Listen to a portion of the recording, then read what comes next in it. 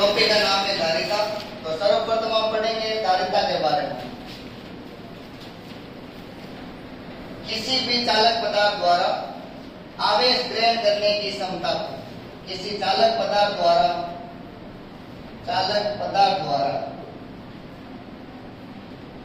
आवेश ग्रहण करने की क्षमता को, आवेश ग्रहण करने की क्षमता को धारिता कहते हैं। जिस पदार्थ पर आवेश जितना ज्यादा होगा विभव का मान उतना ही ज्यादा होगा। तो धारिता के लिए एक सूत्र है Q यानी आवेश, आवेश का मान विभव V ये क्या होता है, समानुपाती होता है। V बढ़ाने पर Q का मान बढ़ जाएगा, आवेश बढ़ाने। तो Q इक्वल टू समानुपात चिन्ह जब हटाएंगे हम तो एक कांस्टेंट आएगा, Q इक्वल टू होगा CV, C इक्वल टू होगा Q अपॉन V। Q को हम बोलेंगे आवेश और V को हम बोलेंगे विभव। तो परिभाषा यह कि किसी पदार्थ द्वारा आवेश ग्रहण तथा विभव के अनुपात को धारिता कहते हैं, या किसी चालक पदार्थ द्वारा आवेश ग्रहण करने की क्षमता को धारिता कहते हैं। मात्रक होगा धारिता का, धारिता का मात्रक होगा एक तो फेरेड और एक मात्रक होगा कूलम।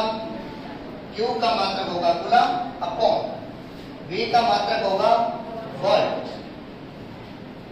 तो निशा बैठो बेटा, धारिता किसे कहते हैं?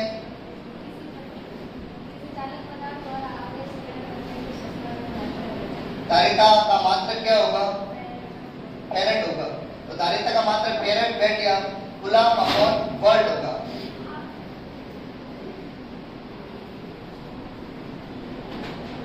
अगला जो इसका टॉपिक है नेक्स्ट वो है संधारित्र। तो संधारित्र है, इसका इंग्लिश मीनिंग होता है कैपेसिटर। किसी चालक पदार्थ के आकार व आकृति में परिवर्तन किए बिना विभव के मान में कमी करके धारिता के मान को बढ़ाना क्या कहलाता है, संधारित्र कहलाता है। C इक्वल टू फॉर्मूला होता है C equal to Q upon V। V का मान बढ़ाने पर, जब V का मान बढ़ जाएगा तो C का मान अपने आप क्या हो जाता है, कम हो जाता है। और यदि V का मान कम कर दिया जाए तो C का मान क्या हो जाएगा, बढ़ जाएगा। अर्थात आकार आकृति में परिवर्तन किए बिना विभव के मान में कमी करके धारिता के मान को बढ़ाना क्या कहलाता है, संधारित्र कहलाता है। यह इसका एक मुख्य सिद्धांत है, इम्पोर्टेंट है।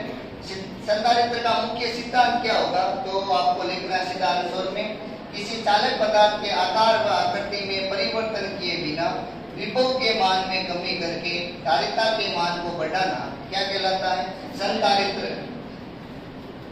अगला जो इसका 3 डेरिवेशन होगा।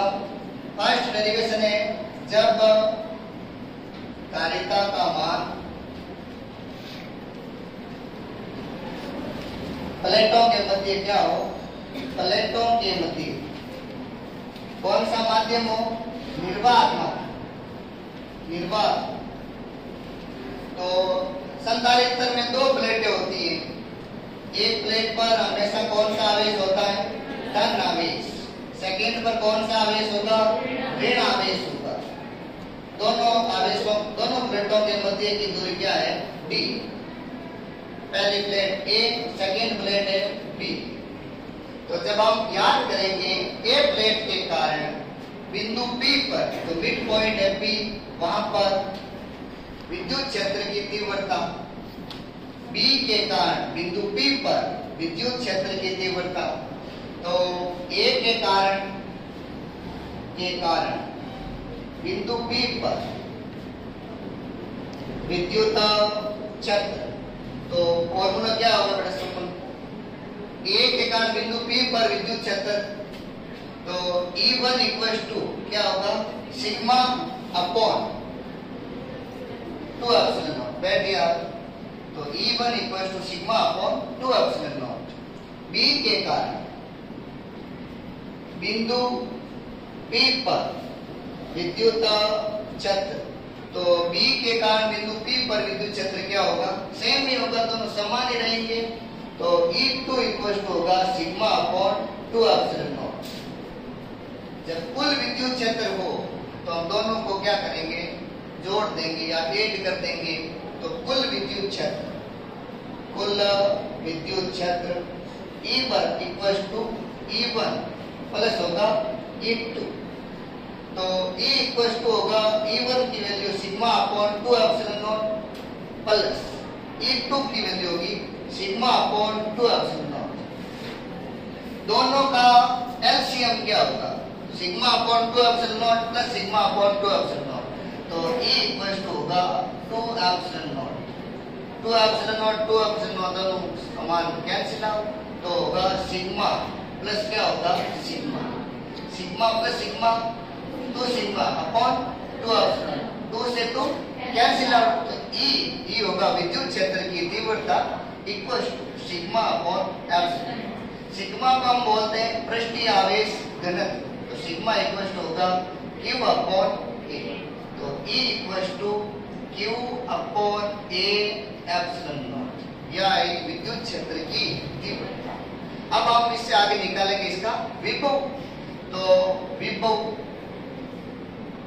V इक्वल टू होता है E इंटू D।